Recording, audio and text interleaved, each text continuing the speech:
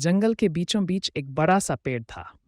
इस पेड़ के चारों ओर खुले मैदान में जंगल स्कूल स्थित था। इस स्कूल में सभी जानवर पढ़ने आते थे।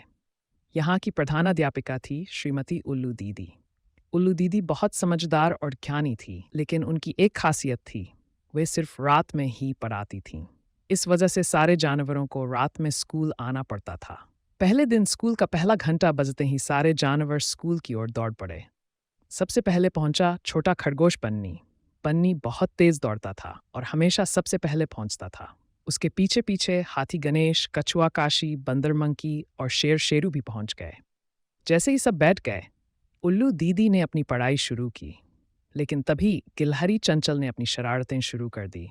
चंचल को शरारतें करना बहुत पसंद था। वह पेड़ की शाखा से लटक कर उल्टा हो गई और जोर जोर से चिल्लाने लगी, देखो मैं क्या कर रही हूँ। एक दिन बन्नी ने गणेश को दौड़ लगाने की चुनौती दी। सबने सोचा कि गणेश तो बहुत बड़ा और भारी है, वह कैसे दौड़ेगा। लेकिन गणेश ने चुनौती स्वीकार कर ली।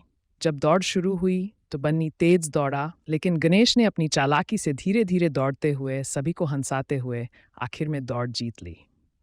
उसने कहा, धीरज का फल मीठा होता है। बंदर मंकी को पेड़ों पर झूलने का बहुत शौक था। एक दिन वह स्कूल के पेड़ पर झूलते झूलते उल्टा हो गया। उसके दोस्तों ने मिलकर उसे सही किया और सबने खूब हंसी मजाक किया। मंकी ने फिर से कूदते हुए कहा, मैं तो बस मस्ती कर रहा था। कछुआ काशी बहुत धीमा चलता था, लेकिन वह बहुत समझदार था। एक दिन जंगल में आग लग गई। सभी जानवर डर गए और भागने लगे। काशी ने सभी को शांत किया और उन्हें सुरक्षित रास्ता दिखाया। उसकी समझदारी ने सबकी जान बचाई। शेर शेरू बहुत बहादुर था, लेकिन उसे एक बात का डर था, छोटे छोटे कीड़े। एक दिन उसकी पूंछ पर एक छोटा कीड़ा चढ़ गया और शेरू जोर जोर से चिल्लाने लगा। सब जानवरों ने मिलकर उसकी मदद की और कीड़े को हटाया। उसके बाद सबने शेरू का खूब मजाक उड़ाया, शेर होकर कीड़े से डर। एक दिन उल्लू दीदी ने सभी जानवरों को एक विशेष संदेश दिया। उन्होंने कहा, हर कोई अपने तरीके से खास होता है। हमें अपनी विशेषताओं को समझना और उसका सम्मान करना चाहिए। हमें मिलजुल कर रहना और एक दूसरे की मदद करनी चाहिए। उल्लू दीदी की बात सुनकर सभी जानवरों ने मिलकर एक गीत गाया और नाच गाना किया।